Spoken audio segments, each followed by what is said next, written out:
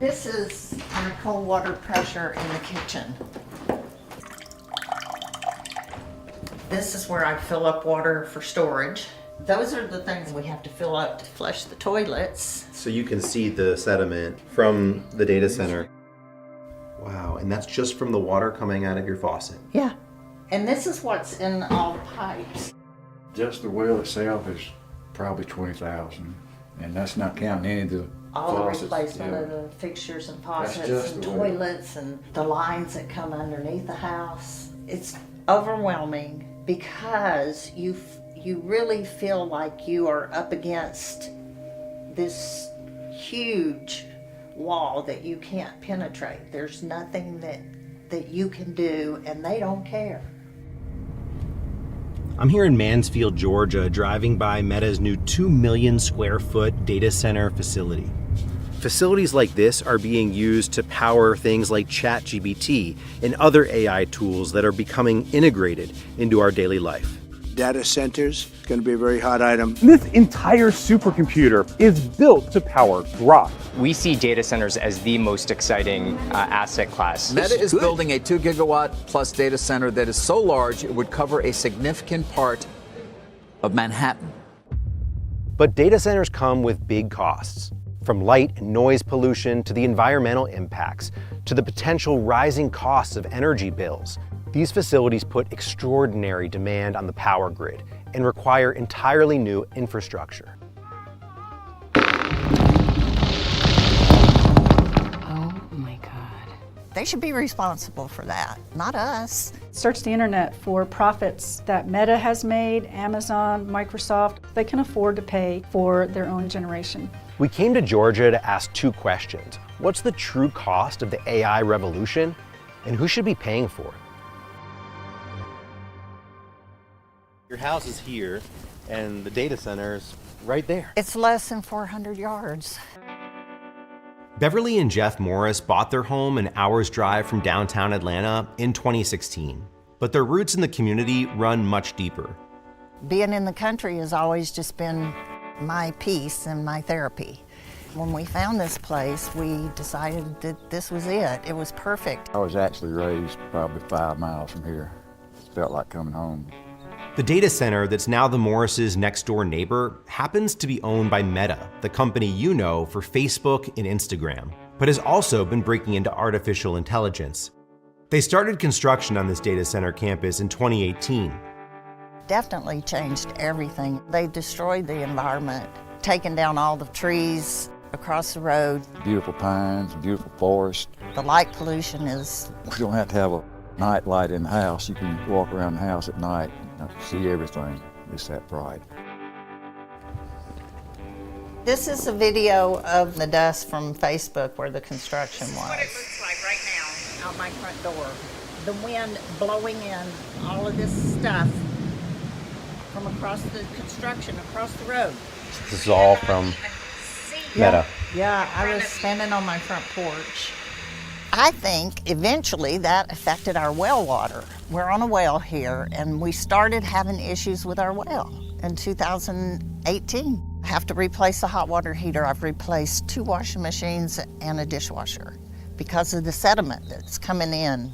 A lot of what the Morrises are facing is from the polluting effects of this massive construction, but that's only one part of the story. There are serious costs to communities once data centers are operational too. To explain that, we have to back up for a second. I wouldn't blame you if you were asking yourself, what the heck is a data center anyway? Their origins date back to early, clunky supercomputers or mainframes in the 1950s and 60s. And then in the 90s, with the birth of the internet, the modern data center was born as a way for internet providers to connect businesses and the world to the web. In the 2010s, data centers became larger as they became critical to new cloud storage. To the cloud. With the cloud, we share a sync photo that allows us to all work on the same documents. Everything from your pet photos to entire workplaces to files for video streaming, like this video you're watching right now. We're in the cloud. Today, we are in the midst of a tectonic shift in processing needs, as large as the birth of the internet. Artificial intelligence. A transformational moment for data center demand. But the thing is, AI processing demands are much larger.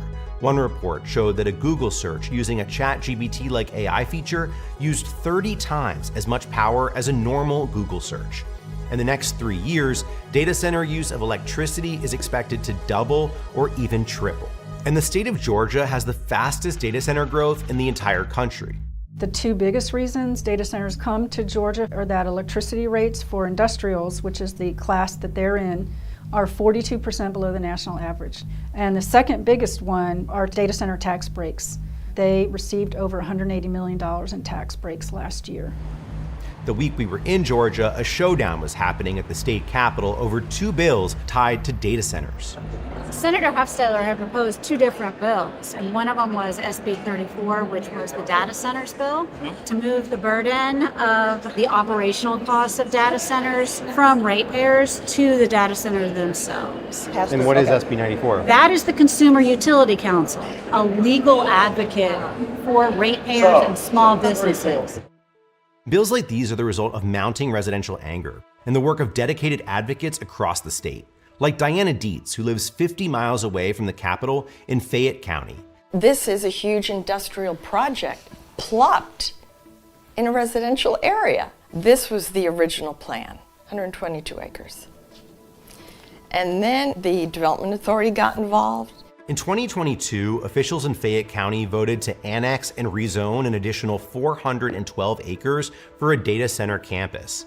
Fayetteville's City Council voted 5-0 in favor of the development, despite passionate opposition from some local residents. The site was then purchased by QTS, which is owned by Blackstone, for $153.8 million. These speculators, investors, are secretly buying up land right next to homeowners. And it was all done so that when we all went to the 4 public hearings between the county and the city, it was a done deal. This is the one that's currently under construction, and this is where Gene and Joe are. Gene and Joe Marshall live on the edge of Fayetteville in Fayette County on an 8-acre property. This driveway is almost the line for Fayette County versus Fayetteville, where QTS's property is located. We have absolutely no say in anything that happens over here. Despite their vocal opposition to the project, living next to construction on all sides of their home has become their daily reality for the last 2 years. They do nightly pours over here, and in the back part at the other building, the lights are shining and there is noise. 3 o'clock in the morning, 4 o'clock in the morning. So they don't stop. Oh yeah, sure. We went to visit Nikki Vanderslice, who heads up the Fayette County Economic Development Authority, a non-governmental agency that played a central role in the marketing of the land for data center development. For residents who live alongside these data centers, life has become very difficult. What do you say to them? Well, I say to them that there's a couple of things. One, we were very transparent. The Development Authority was very open about attracting a data center, and there wasn't any resistance until it came to their property specifically. Vanderslice says data centers are good for the community, even if some don't see the benefits yet. In 2021, that property paid $36,000 in property taxes total. In 2024, on raw land, it paid $1.13 million in property taxes. That contributed $760,000 to our local Board of Education. I'm apologetic that they're being impacted, but I also see the benefits of what the companies are doing and how they're improving our economy. And so there's the balance that when you have, 200 out of 120,000 people, that you have to balance what's the highest and best use for the whole of the community. It's just the height of selfishness to imagine that one county's benefit to the huge detriment of 158 other counties in Georgia that now have to pay higher electric bills is okay. It's not okay. It drives inequity. It's very immoral too. That's Patty Durand, and as you can tell, she does not agree with Nikki Vanderslice. Patty is a longtime consumer advocate and expert on energy policy who's been raising the alarm about rising costs of electricity related to data centers. Are data centers going to drive up energy costs for residents across the state? On May 1st, Georgia Power residential ratepayers experienced a 24% rate increase. Just since 2023, Georgia Power has raised rates 6 times. And related to those rate hikes, remember those 2 bills we mentioned earlier? We were with Patty as she was watching a live feed of the Senate floor. Today is crossover day, which means any bill that does not get through one side of the House or the Senate to the other side is dead for the year. And right now, Senate Bill 34 is not on that list. By later that evening, both bills had failed to get a vote.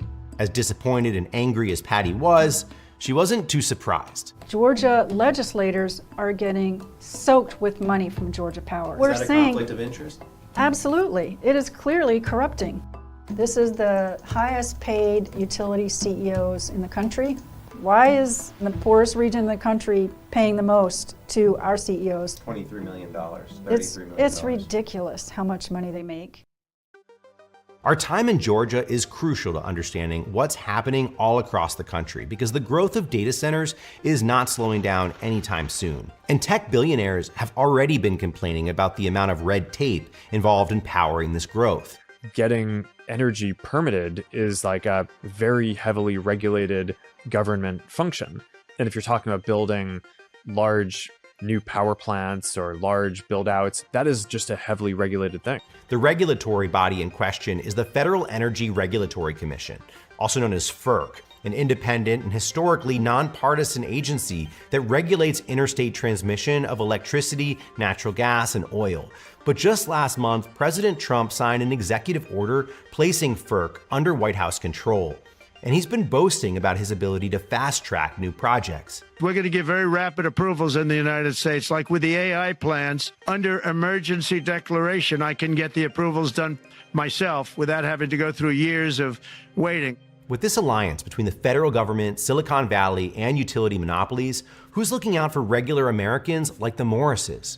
During the peak season, our electric bill was maybe $250. Yeah.